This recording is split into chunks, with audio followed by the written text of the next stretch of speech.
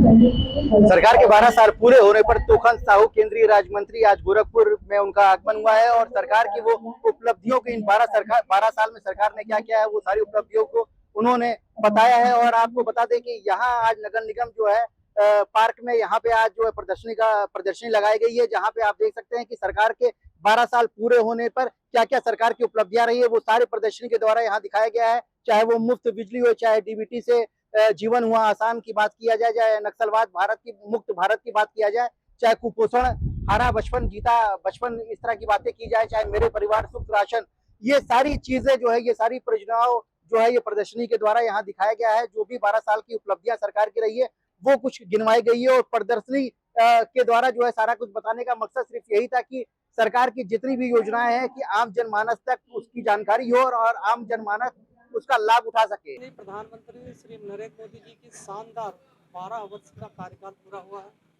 यह 12 वर्ष का कार्यकाल विकास के, विश्वास के और जन कल्याण के लिए समर्पित रहा है। इन 12 सालों में देश ने बहुत तरक्की की है। बड़े बड़े समस्याओं का समाधान हुआ है। काश्मीर में धारा 370 की समाप्ति हुई। अयोध्या में प्रभु श्री रामचंद्र जी के मंदिर का निर्माण हुआ है। ट्रिपल तलाक कानून लाया गया है। नागरिक संशोधन बिल ला करके जो विस्थापित होकर के हमारे देश में रह रहे लोगों को नागरिकता देने की काम की गई है। नक्सली समस्या का समाधान हुआ है। बड़े सी बड़ी समस्याओं का समाधान आदरणीय प्रधानमंत्री श्री नरेंद्र मोदी जी के हाथों से ये सारी समस्याओं का समाधान हुआ है। और जन कल्याण की अनेक योजनाएं इसको प्रदर्शनी के माध्यम से 4 दिन तक यहाँ प्रदर्शनी लगाई जाएगी। लोग देखेंगे और सभी योजनाओं का लाभ हर गरीब तक के पहुँचे, हर जरूरतमंद तक पहुँचे, ये सरकार का लक्ष्य है।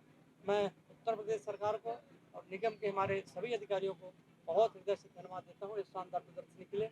हमारे पार्टी के सभी वरिष्ठ नेता, हमारे जिलाध्यक्ष, महापौर जी, हमारे सभी वरिष्ठ नेता, हमारे डॉक्टर साहब, मैं सबको हृदय से धन्यवाद देता हूँ। मंत्री जी, अभी टीएमसी की टूट हुई, आज खबर आ रही है कि शिवसेना यूबीटी भी टूट की कगार पे है और अभी उत्तर प्रदेश के मंत्री दावा कर रहे हैं कि समावेश हो रही है। क्या भारतीय जनता पार्टी की तरफ से ऐसी कुछ कोशिश की जा रही है कि वो लोग खुद ही छोड़ रहे हैं? हम किसी दूसरे पार्टी को क्यों तोड़ेंगे भैया? जनता तो भारतीय जनता पार्टी के आशीर्वाद लगातार दे ही रही है। हमें किसी पार्टी को तोड़ने के लिए नहीं जाना है। वे अपने कुनबे को नहीं संभाल पा रहे हैं, ये उनकी गलती है। प्रधानमंत्री शहरी आवास योजना के दूसरे चरण में क्या कुछ सरकार की प्राथमिकता है और इसका लाभ जनता तक कब तक मिल जाएगा? प्रधानमंत्री आवास योजना के माध्यम से हमने 4 करोड़ आवास बना करके जनता को समर्पित कर चुके हैं। हर गरीब को, हर जरूरतमंदों को प्रधानमंत्री आवास मिले, ये सरकार का लक्ष्य है। और तीसरे कार्यकाल में आदरणीय प्रधानमंत्री जी ने 3 करोड़ प्रधानमंत्री आवास देने का लक्ष्य और रखा है। इसमें 2 करोड़ ग्रामीण क्षेत्रों को और 1 करोड़ शहरी क्षेत्रों को। जो जो डिमांड आते जाएगी राज्य सरकारों की तरफ से, वे सभी प्रधानमंत्री आवास केंद्र सरकार के द्वारा स्वीकृत की जाएगी। और बहुत सारे आवास आपने देखा होगा कि एक रिकॉर्ड आवास 4 करोड़ आवास तो हम बना के दे ही चुके हैं।